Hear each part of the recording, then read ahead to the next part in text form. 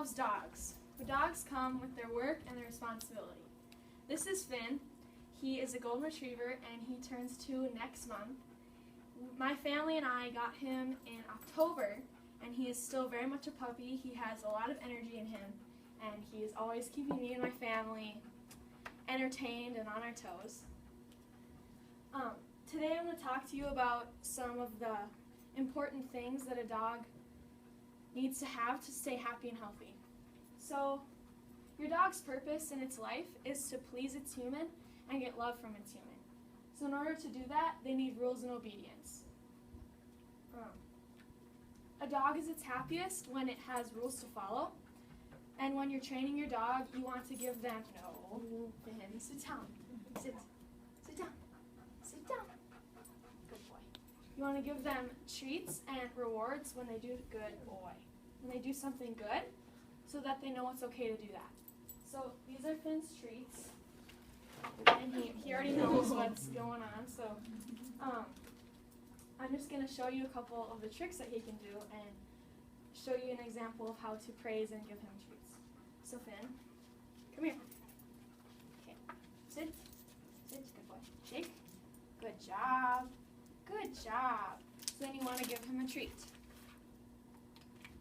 And while he's eating your treat, or after, you definitely want to give them this kind of praise because, like I said before, your dog wants love from you. And this is really what they want, is this. Good job. Good boy. Yeah, good job. Secondly, you want to set your dog up to succeed. And what I mean by this is you don't want to, for example, leave the room with food on the counter or leave the room with the garbage can open because your dog would not be able to resist themselves in that situation. And Finn is quite itchy today, as you can see. Yeah, good boy. So you kind of need to train yourself to get a dog. For example, like I said before, by not leaving situations out for your dog to get into. Come here, Finn. Come here. Sit down. Sit down. So, yeah, you kind of need to train yourself in that kind of aspect. So, dogs also come with quirks, and that takes patience and time to deal with.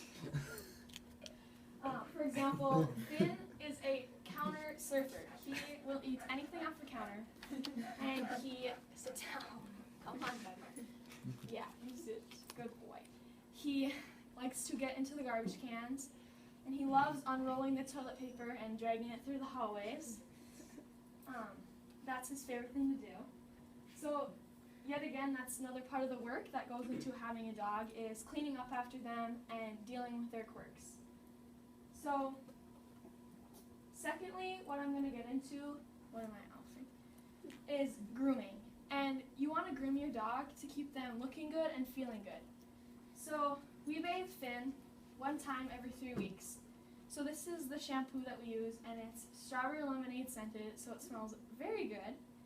And there's also another reason to groom your dog is to reduce the shedding. So when you bathe your dog and brush your dog, it really gets out all the hair, the most hair possible to get out of them. And if you wouldn't bathe or groom your dog, that hair that you got out would be floating around your house. But that's another part of the work that goes into a dog, is grooming and vacuuming to get all the hair. So after we bathe him, we brush him to get out the most hair that we can with this brush. And this is a kind of special brush because I'm going to do okay without the leash. Yeah. Boy. So it has a blade. Yeah, good job. That kind of trims the hair as it goes to get the most hair out of the dog. So this is how you would brush your dog. And Finn absolutely loves getting brushed, as you can see. But that's another quirk that your dog can come with, is some dogs absolutely hate getting baths and getting bathed, and that's another part of the work that goes into a dog. Good boy, Finn. Yeah, good job. Good job. And as you can see, after probably 10 brushes, this much hair comes out, and if you think about it, how much hair will come out of a dog after just being around the house for those days that you're not bathing them. That's how much hair. Hey, get down. You can also take your dog to a groomer that will do this for you. And there's businesses in town that we take Finn to. Hey. I guess that's fine. He can walk around. That My dog. will do this stuff for you. And so we take Finn to the groomer to trim his nails because we just don't feel comfortable at our house doing it ourselves. If you actually get too close to his foot while you're trimming, you can cut him really badly and like get a blood vessel and he'll bleed really bad. So you definitely don't want to do that. But again, that costs money, and that's just another part of the work that goes into having a dog. So last thing I'm going to talk about is love and attention. So in my eyes, love and attention is one of the most important things to give your dog, because like I said before, your dog's purpose in its life is to please you and get love from you. So you really want to bond with your dog to ensure that trust that you guys will have in each other and build that relationship. But all the work that goes into having a dog, the prize you get from it is amazing. You get a companion that will love you no matter what. Your dog won't care how much you make in your job, where you live, or what you look like. All they care about is if you'll love them back. So that's all I have. Thank you. And if he wants to just walk around and